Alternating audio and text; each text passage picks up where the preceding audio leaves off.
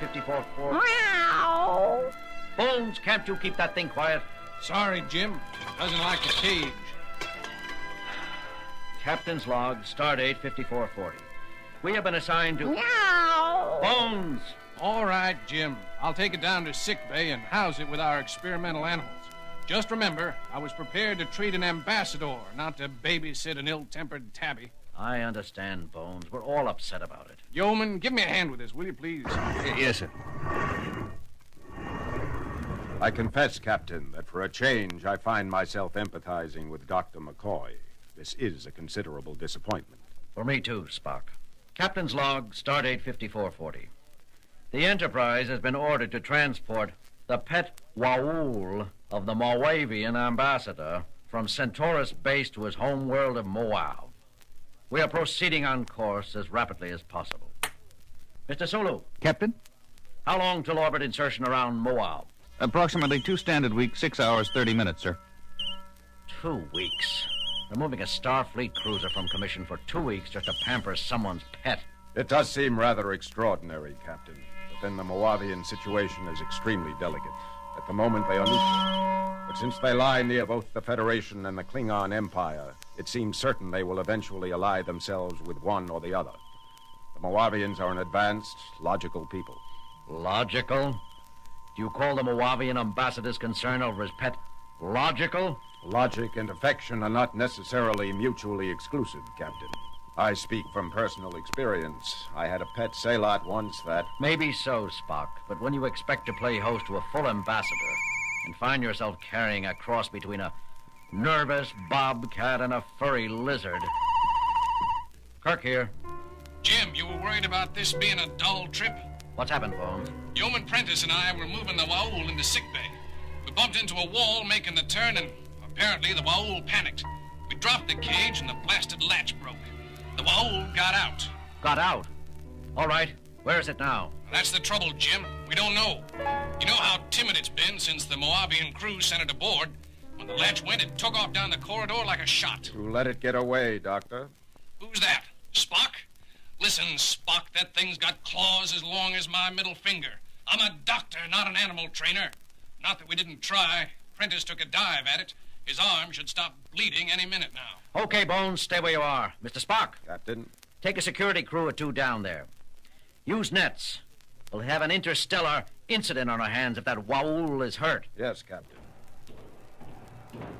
Uhura, broadcast a warning for all hands to keep an eye out for the animal. Most of them have seen pictures of it.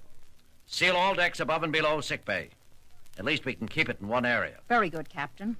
Put me on the intercom. I'll do it myself. This is the captain speaking. The Moavian Moauv, the pet of the Moavian ambassador to the Federation, has escaped. It's loose somewhere near the sickbay. Yeoman Prentice has already been injured attempting to recapture it. I want no more such injuries. Anyone sighting the creature is to contact security immediately. Make no attempt to approach it. Kirk out. Where did you last see it, Doctor? Took the branch to the left, Spock. I don't think it went too far. It's probably cowering in a dark corner somewhere nearby, waiting for kindly old Spock to pick it up. Oh, Mr. Spock. Yes, Yeoman? See this arm? If you're going to pick it up, do it carefully. I'll... Remember that, Yeoman. Spock? Did I just hear you yowl? Yowl? Dr. McCoy, sure I don't know what you're talking about. There! You did it again. Really, Doctor, I hardly think this is the time for levity. You with the nets, stand ready. Half of the group will scan each room, while the rest of you block any exit. Clear? Aye, All right, sir. Yes, sir. Okay. Prentice, did you hear it too? Hear what? Is that so?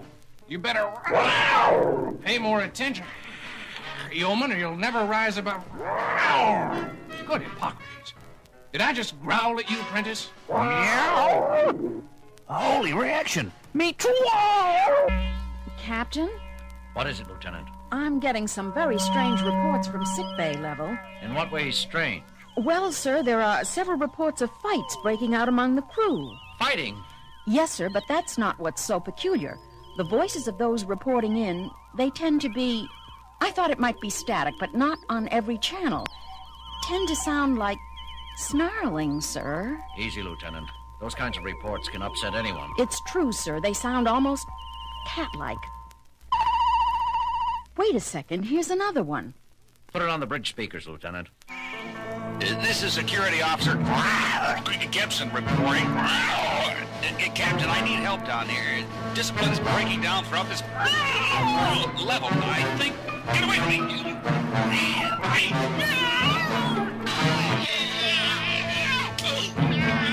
Gibson, this is the captain speaking. Report.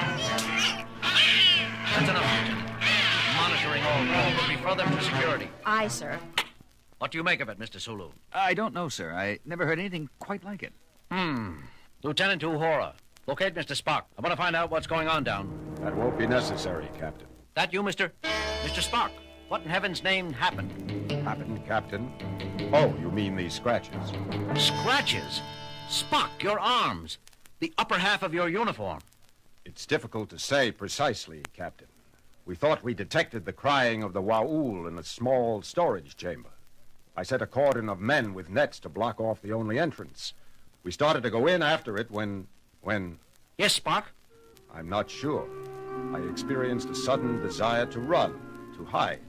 It was fear, but not in the logical sense. It was entirely instinctive and irrational. I found myself striking out around me, desperate. The others were doing the same. I saw everything through a red haze. Something was telling me I had to get away, get away, get out. Spock! Are you all right? I'm okay now, Captain. The influence seems to grow weaker as you move away from it. What influence? That, Captain, is exactly what I'd like to know. Captain, I told you to hold any further reports of conflict, Lieutenant. This isn't a combat report, sir. It's Dr. McCoy. Bones, put him through. Jim, what's going on? I've got cases of lacerations and bruises piling up down here faster than Chappell and I can treat them. Some of the injured are violent. I'm having a hard time keeping them under sedation. Bones, did you just snarl? I guess I must have, Jim. Spock didn't notice it right away either. There's something that sneaks into your mind. Can you describe it? Some influence overpowers your emotions and thoughts. The sole urge is to strike out and run in blind panic. That's it. Panic. How about the source? I believe there is only one logical possibility, Captain. Just a minute, Bones. What, Mr. Spock? We are being subjected to a mass telepathic projection of considerable raw power. A projection emphasizing panic and fear. There is only one entity aboard which could be expected to be experiencing such feelings. The Moavian Moauv. Bones, did you? I heard, Jim, and I wish somebody would do something about it fast. The thing's strength seems to be increasing. Our latest cases are requiring heavier and heavier sedation. Do the best you can, Bones. I'll get back to you. Suggestions, Mr. Spock? We have little information on Moauv and less on this creature. I recommend contacting the Waul's owner for instructions. The ambassador? Spock, you know I can't do that. Moauv is a diplomatic flashpoint. If we get in touch with them and confess we can't even handle a single pet, what are they going to think of our capabilities? More than they will if we never arrive. What do you mean, Spock? I can feel it again, Captain. The influence. Dr. McCoy is right, as far as he goes. As the violence around it increases, the Moauv becomes more frightened. The more frightened it becomes, the stronger its defensive projection grows. We could lose control of the Enterprise. You really think it could go that far, Spock? You see, Captain, soon even coherent speech will become impossible. Lieutenant Uhura, contact Moauv. Get us through to the ambassador to the Federation. Do it yourself, Captain. Uhura! I'm sorry, sir. Something just... Forget it. I have contact, sir. Put him on the screen. This is Ambassador Moauv speaking. Your trip is proceeding pleasantly, Captain? I'm afraid not, Mr. Ambassador. We have a bit of a problem. Your pet was accidentally set loose on board a little while ago. He was? Escaped? Captain, I'm shocked. Not as shocked as I am at you, Mr. Ambassador. Do you know that it's against Federation law to transport an animal which can endanger the lives of a crew without suitable pre-notification? What? Captain Kirk, Ewas is no danger if he is kept in his cage and properly treated. You didn't plan all this then? Plan, Captain? I don't know what you mean. It would be an excellent way of testing our mental strength. Captain Kirk, I resent your insinuations. I shall file a formal protest with your government. Excellent. It'll go well with my report. Come now, Captain. Such unpleasantness isn't like you. Are you by chance feeling out of sorts? As if you didn't know. How do we go about recapturing your Moauv? That does present a problem, doesn't it? The more frightened Iwas becomes, the harder it will be to approach him while retaining one's own thoughts. How long has he been free? Spock? About 40 minutes, Captain, I should guess. 2/3 of a ship hour, Mr. Ambassador. A long time. How about telling us how to shorten it? But that's just it, Captain Kirk. You see, we don't know how to recapture a terrified Moauv either. The only thing I can suggest is to get within, let's see, 300 of your meters of him and shoot him full of PAC-M or LQ tranquilizer. A Moavian drug, Captain. I doubt we have any aboard. Even if we did, we can't shoot around 300 meters of corners. I am sorry for you then, Captain. You must let me know if you come up with a solution. And now you must excuse me. I have an important appointment with the Minister for Foreign Affairs. Wait a minute, you can't just... Transmission terminated, sir. I'm attempting to reestablish, but they don't acknowledge. Keep trying. Mr. Spock? I see no choice but to make another attempt with the Mets. All right. Good luck. Needs it. Sorry, Captain. The influence. I know, Mr. Spock. I can feel it myself now. Lieutenant, any luck? No, sir. I will continue to... Never mind. Get me sickbay. Sick bay. Dr. McCoy here. Bones, the Moavian ambassador said a couple of strains, M or LQ, of a tranquilizer called PAC would put the Moauv under. PAC? Never heard of it. We've had practically no exchange of information yet with Moavian medical personnel, let alone veterinarians. Check the medical computer anyhow. Maybe there's a hypothesized Federation analog. I'll try, Jim, but we're pretty busy down here. I need that drug, Bones. I'll see what I can dig up. Sick bay out. Mr. Sulu, take the helm. I'm going with Mr. Spock. Yes, sir. Uhura, if you or Sulu find yourselves going under the influence of this thing, put out an automatic mayday describing our situation. Yes, sir. Yes, sir. This the corridor? Or Spock? Yes, Captain. You can fight it a little, but it digs at you, pounds away like a hammer. Like a hammer? Spock, I just had an urge to take a swing at you. I am experiencing similar leanings towards belligerent action, Captain. We should be nearing the Moauv's last known hiding place. It's now growing stronger, Mr. Spock. I can't... It's just sitting there, Spock. Yes, Captain. It's truly frightened. Just another few meters, Captain.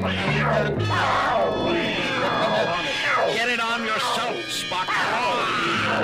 Captain, must get away. Get away. Tear, kill.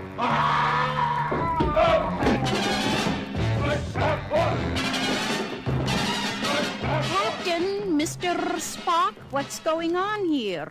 Telepathic screen. I heard. It's the animal there, isn't it? The Moauv. Here, kitty, kitty, kitty. Nice, kitty, kitty. Lieutenant Morris, be careful. Dangerous. Nonsense. Nice, kitty. Armalurvau. Mr. Spock, you all right? Yes, Captain. I must report myself under arrest for assaulting... No, Spock. You had no control over your thoughts. Is this poor, scared little furball what's been causing all the ruckus? Listen to it purr, Spock. Lieutenant Morris, what did you do to it? Do? Why, nothing, Captain. It was frightened out of its mind, that's all. I was off duty asleep until the noise of fighting in the corridor outside disturbed me. I learned what was happening and was on my way to the bridge when I saw you and Mr. Spock fighting. There, it's all right now. But why? Naturally, Lieutenant Morris is not affected. She is of feline ancestry herself and clearly able to empathize with primitive feline thoughts. The Waul detected assurance in a kindred spirit and at once relaxed. Lieutenant, you're hereby relieved of communications duties until we arrive at Moauv and deliver this pet to Ambassador Moauv. Till then, your sole responsibility will be to see to the care and feeding of Iwas here.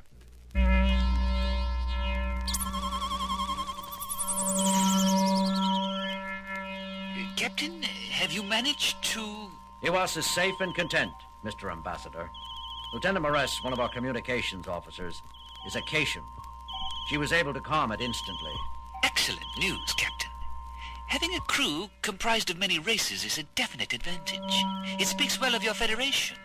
I am looking forward to meeting you on your arrival. Please be exceptionally gentle with Iwas in the next time periods, though. We'll be as gentle as we can, of course, and... Why the sudden concern? You mean you didn't know, Captain? An oversight on the part of the crew which delivered her to you. Her? I thought you said him. An oversight on my part. Iwas is pregnant. She'll have kittens in a few days, I suspect. You can expect to have between 6 and 10 additional little Waouls before you arrive here at Moauv. Carry on, Captain. Mr. Spock, inform Lieutenant Mares she's about to become a mother. Inform Dr. McCoy also. And tell him to be careful during delivery. We wouldn't want either mother or children to get frightened, would we? No, Captain. Wow.